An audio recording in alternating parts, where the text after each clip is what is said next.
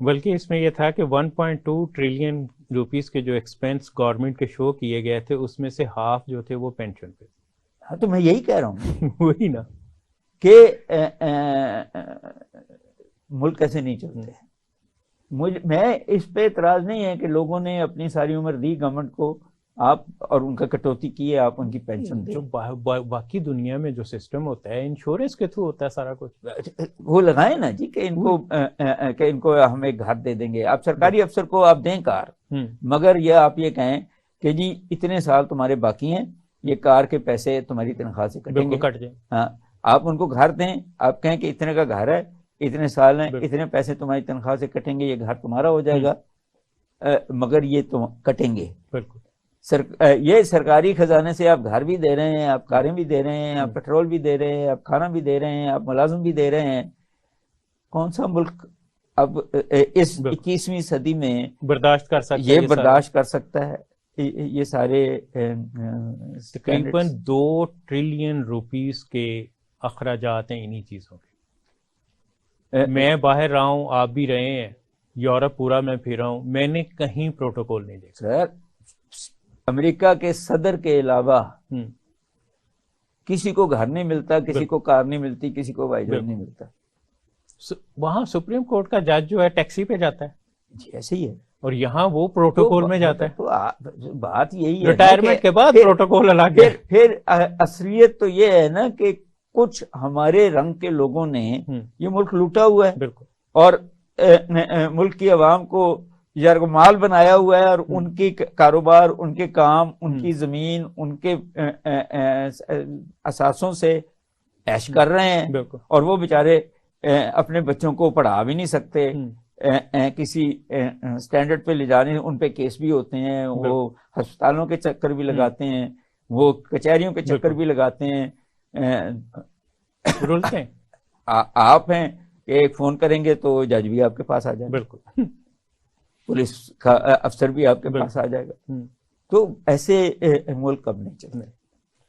بلکہ ایک میں آپ کے ساتھ واقعہ شیئر کرتا ہوں کہ ایک افسر کے آفس میں گیا سال پہلے، اور وہ آفس پورا رینوویٹ ہوا تھا. کچھ دن پہلے میں دوبارہ گیا، وہاں ایک دوسرا افسر آ گیا ہوا ہے. اس نے کہا کہ نہیں جی یہ سارا کچھ ختم کریں، یہاں پہ اب یہ چیزیں لگائیں. وہ دوبارہ سے وہ پورا رینوویٹ کروا رہا ہے. قوم کے پیسوں پہ ہو رہا ہے نا سر. قوم کے پیسوں پہ. تو جب تک آپ یہ سسٹم نہیں بدلیں گے یہ ملک ہر اگلے سال کولیپس کی طرف جائے گا. ہر اگلے سال مشکلتیں بڑھتی جائیں گی. ہر اگلے سال آپ کشکول لے کے دنیا کے پاس مانگتے پھریں گے، مگر اب ان کے پاس بھی پیسے نہیں. وہ ملک بھی، سعودی عرب خود کہتا ہے کہ اب ہم سود مانگیں گے، اب ہم آپ کو مفت پیسے نہیں دیں گے. تو پھر آپ کو اپنا ملک کو ریشنلائز کرنا پڑے گا. وہ سونے کی کانیں، وہ جواہرات کی کانیں، وہ سنگ مرمر کی کانیں کس کام آئیں گی؟ وہ پانی، وہ ہوا، وہ سورج کی روشنی جس کے بارے میں آپ کہتے ہیں کہ اللہ تعالیٰ نے کون سی نعمت دی ہوئی ہے اس ملک کو، وہ کب کام آئیں گی جب آپ اس ملک کے لوگوں کو غریب ہی رکھیں گے؟ بہت ضروری ہے کہ آپ کو اب اکنامک ریشنلٹی پہ ملک چلانا پڑے گا. اپنے پیٹیاں باندھنی پڑیں گی اور پھر ملک چلانا پڑے گا. جب تک آپ پیٹیاں نہیں باندھیں گے، اس لیے یہ بجٹ آدھا ہو جانا چاہیے جو آیا ہے. بالکل. تو پھر ہی یہ چلے گا. ان کے کام بہت سارے کم ہو جانے چاہیے، پھر ہی چلے گا. اچھا، ٹیکسز کے پوائنٹ آف ویو سے اگر ہم دیکھتے ہیں تو ٹیکس کلیکشن سسٹم ہماری لویسٹ ہے، ریجن میں بھی لویسٹ ہے. اور ہمارے پاس جو ایف بی آر میں امپلائیز ہیں وہ تقریباً 37-38 ہزار ہیں. اس کے باوجود ٹیکس کلیکشن ہماری لویسٹ ہے. اس ٹیکس کلیکشن کو اگر ہم ریشنل اس پوائنٹ آف ویو سے کریں تو ہمیں 5000 سے زیادہ بندہ ایف بی آر میں نہیں چاہیے. تو ایف بی آر لوٹ مار کا گڑھ بنا ہوا ہے. ایک تو سر یہی کام کسٹمز کا ہے. بالکل. 2022 میں انہوں نے کہا جی کہ ہم نے 60 ملین کی اسمگلنگ پکڑی ہے. تو میں نے دیکھا کہ جو کسٹم کے دفتر پہ خرچہ ہوتا ہے وہ کئی اس سے بالکل بلینز میں ہے، بلینز میں. تو ان پٹ آؤٹ پٹ ریشو میں سب غلط ہیں. آپ پرائیویٹائز کرتے ہیں ٹیکس کلیکشن کو، یا بجلی کے بلوں میں ایک اور وہ ڈال دیں کہ جی اگر آپ کا کمرشل بل ہے تو اتنا ٹیکس، اور اگر آپ کا ہاؤس ہولڈ بل ہے تو اتنا ٹیکس، تو اس سے زیادہ آپ کو مل جائے گا. کسی کو اعتراض ہے تو وہ اس کو چیلنج کر لیں. تو چیزیں ٹھیک. آپ کے پاس، آپ یہ بھی کہتے ہیں کہ نادرا کے پاس سارا ڈیٹا ہے کہ کس کے پاس کیا پراپرٹی ہے. آپ یہ بھی کہتے ہیں کہ وابڈا کے پاس سارا ڈیٹا ہے کہ کون کیا بل دیتا ہے. آپ یہ بھی کہتے ہیں کہ گیس کا بلوں میں بھی آپ کے پاس ڈیٹا ہے. تو وہ ڈیٹا کس لیے ہے اگر آپ ریشنلائز نہیں کر سکتے؟ کیونکہ وہ ووٹ لینا ہوتا ہے نا. نہیں سر، رشوت لینی ہوتی ہے. وہی رشوت اور ووٹ دونوں چیزیں. ہمارے پاس یہ لبرٹی مارکیٹ ہے، ایک بندہ نہیں ٹیکس دیتا. سر مجھے یاد ہے یہ کئی سال پہلے پھر انہوں نے کیا تھا کہ بجلی بچانے کے لیے 8 یا 9 بجے مارکیٹس بند کر دی تھی. عید کے دن تھے تو کوئی 12:30 بجے یا 1 بجا تھا. میں اور اپنی اہلیہ کے ساتھ ایک بڑی سی دکان ہے کپڑے کی، وہاں اس میں گیا، وہ کھلی تھی. تو میں نے وہاں جو مینیجرز تھے میں نے ان سے پوچھا کہ آپ کو فائن نہیں پڑتا یہ؟ تو انہوں نے کہا جی کہ ہماری 1 دن کی کمائی ہے وہ فائن جو ہم مہینے کا دیتے ہیں. بالکل صحیح کہا. تو انہوں نے کہا کہ وہ ہم فائن دے دیتے ہیں اور ساری رات کھولتے ہیں.